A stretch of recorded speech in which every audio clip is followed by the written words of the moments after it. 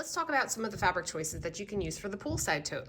So we'll turn it to the back, and you're going to be wanting to look for heavier fabrics such as home decor, heavier linens, denims, canvas, twill, duck cloth, and things of that nature. Things that are just going to be a little bit heavier so that they can hold up to the stability of the bag. I have a really nice kind of home deck weight linen. It's a nice, fun, summery print, and it has a nice full drape to it. So it drapes nicely, but it still kind of falls away from your body. And even though this isn't going to be a garment, you know, it's going to hold up really nicely. And once you have interfacing on this, it's going to hold up even better. So this is a really good choice, having something kind of a linen with some sturdiness.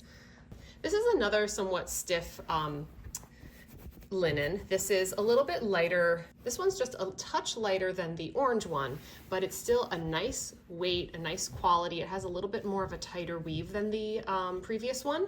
And I just love the print on this. So I gravitate towards prints, and that's probably my first choice. But you know, you have a lot of options here with some of the colors that you could choose for the accent pieces.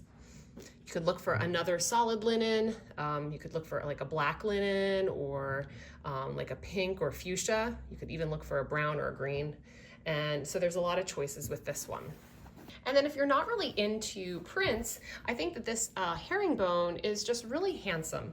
You know, this is a poolside tote. It's, you know, meant to be going to the beach or the pool, but you know, if you are somebody that just likes a more subdued look, I think that this nice herringbone linen blend suiting would be a really nice option. And then you could pair it with, you know, whatever kind of accent piece that you would want. You could do kind of like a taupey or a brown, or maybe even a denim would be neat to just have that major, like kind of a major contrast. And then the last fabric I wanted to highlight, this is just a little bit lighter weight than all of the other ones. It's still a mid-weight, but it's just a little bit lighter, so it's going towards that like shirting type. I love the colors in this one. That's like that yarn dyed stripe look, and there's some blues and yellows and maybe a slate gray, but that gives you some more options of some colors that you can choose to go along with this. And it again is kind of that more subdued, but has a little bit of punch of color in it. So when you're looking for a lining, I like to choose something that will accent or contrast the face of the exterior of my bag. I like to look for quilting cottons. You could do solids. You could do a basic lining fabric that's kind of slippery, but just look for a nice lining fabric that you think would work really well. The accent fabric is for the handles and the pocket lining. So I'm gonna really more so focus on the handles. You could use any of these fabrics that I mentioned. You wanna have something that's pretty sturdy. I used a shirting weight here on my handle, and I was a little bit worried that it would be not stiff enough, but the way that you fold the handle over later just gives that a nice stability that I was kind of not expecting, but it works really well. So I think a shirting weight linen, just not something really loosely woven, but like a broadcloth or just something, you know, a poplin shirting would be perfectly fine, but you know, heavier the better, just not something super heavy because you do have to flip this in half. As far as interfacings go, this is a fusible woven interfacing. It's called Shape Flex. It's from Pellon, and the fusing is on the one side of a cotton woven interfacing. Once you fuse this on the back of a fabric, it really does give it a nice stability, and it still is soft but with movement. So I really like that, and they recommend that in a lot of their patterns. So that's what we also carry that. But if you're looking for something that gives your bag stability, support, and actually allows your bag to stand up really well, I recommend this Soft and Stable from By Annie's. It's a foamy stabilizer. You can see here it's about almost a quarter of an inch thick, and this really helps keep things from like standing up and keeping their shape. Now, we don't carry this on our website, but this is something pretty easy to find online, and I've used it on a couple other bags, and I really do like the way that it keeps your bags standing and gives it structure. Let's go over what you're going to need to cut out for the poolside tote. First of all, you're going to cut out the main piece, which is the outside of the bag. We have our main fabric, or the exterior fabric. We have 2 pieces of interfacing and then 2 pieces of a lining fabric. I just used a quilting cotton here for the lining, and this is the Shape Flex interfacing that the pattern recommends, and then this is 100% linen, like a mid to heavyweight woven that we've had on our website. Next up is the handle accent. You're going to cut 4 accent fabrics, which is, I have like a linen shirting here, and then 4 of the interfacing. Then you're going to cut the tote facing, which is this curved piece. Now keep in mind, this is going to be on the fold, so make sure that you have this little area on your fold, and you're going to cut 2 of the accent fabric and 2 interfacings as well. Now there is a little piece on the pattern that lists some other things to cut. So this says additional pieces to cut. We're going to cut the handles out of our accent fabric. This is a 21 inch by 6 inches tall piece, just a rectangle. And I needed some extra fabric. I didn't have enough fabric, so I had to cut and make my piece the length that I needed it. But this is my accent piece fabric, and then I have my interfacing to go along with it. Now, one thing I should mention is when you're doing the handles, depending on the fabric that you're using, you can double up on your interfacing or use something a little bit heavier. So this is like a shirting weight. And if I put, let's say, maybe 2 layers of interfacing, that might give it even more stability, because I really hate when a bag has like a too light of a handle. So that is one option for making your handle a little bit thicker. And then you have to decide, are you doing a zippered pocket or a slip exterior pocket? So what they're talking about here is this pocket right here.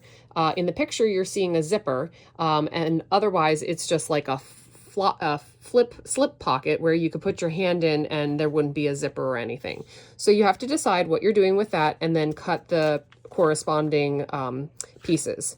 So I have this piece, which is the zippered exterior pocket. One of the exterior, I have to still cut one of my lining and or the accent fabric, and then I have the interfacing. So I still need to cut that out. And then this is the binding piece, which goes here at the top, right above there. That is a 12 by 2 inch piece of exterior fabric. And I accidentally cut an interfacing piece, so we're gonna just throw that away and just have the exterior fabric. So I'm gonna go back and cut my lining piece, but you wanna have all of that cut and prepared before we get any further.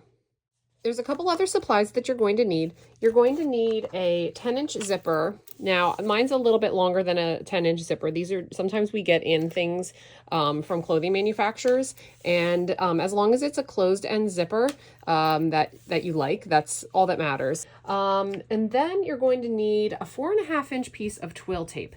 A piece of twill tape like this will work. I think also strapping like this could work, you know, if you have a piece of scrap left over from making another bag. This is the kind of twill tape or strapping that I use for another one of Noodlehead's patterns. And then you're also going to need a D-ring or a swivel clasp. I love hardware, and when we buy out some designer lots, we get some of the hardware that is used from the designers. And what this is going to be is actually a key holder. So you can see that this is the twill tape, and then you're putting a D-ring or a swivel clasp on it. I found a couple things in my stash, so maybe it can give you some inspiration.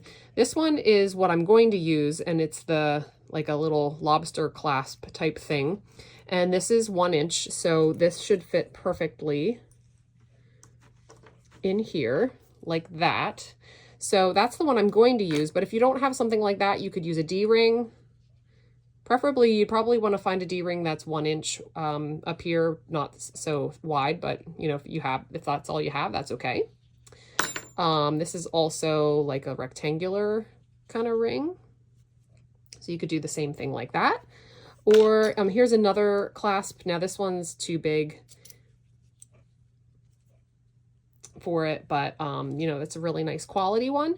So if you have something that doesn't work, if you really like this and you want to use it, just get a different piece of a twill tape. You know, if you have something thicker, like a thicker ribbon, or making your own tape out of some of this fabric, you can measure here and then cut out a piece of fabric and sew like a tube together, and then you have, you know, a custom strap for that. So, you know, play around with things that you might have in your stash. You don't even have to do the key holder if you don't want to. If you don't think you're ever going to use it, don't even bother.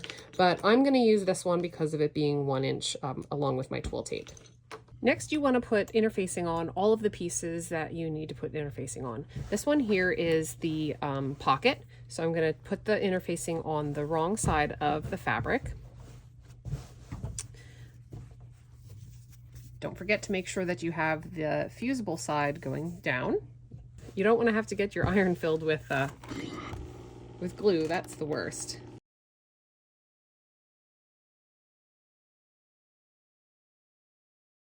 And when you're choosing your interfacing, this is the Pellon Shape Flex. It's a woven cotton interfacing with fusing, and it makes a really nice, firm, but stable and movable adhesion. It's probably one of my favorite Pellon interfacings because I'm not a huge fan of other Pellon interfacings. Okay. So this really gave it some nice stability. You can see here the stability that it has. It's a nice firmness. It gives it some body, but it's still movable. So you're going to put the interfacing on all of the pieces that called for the interfacing.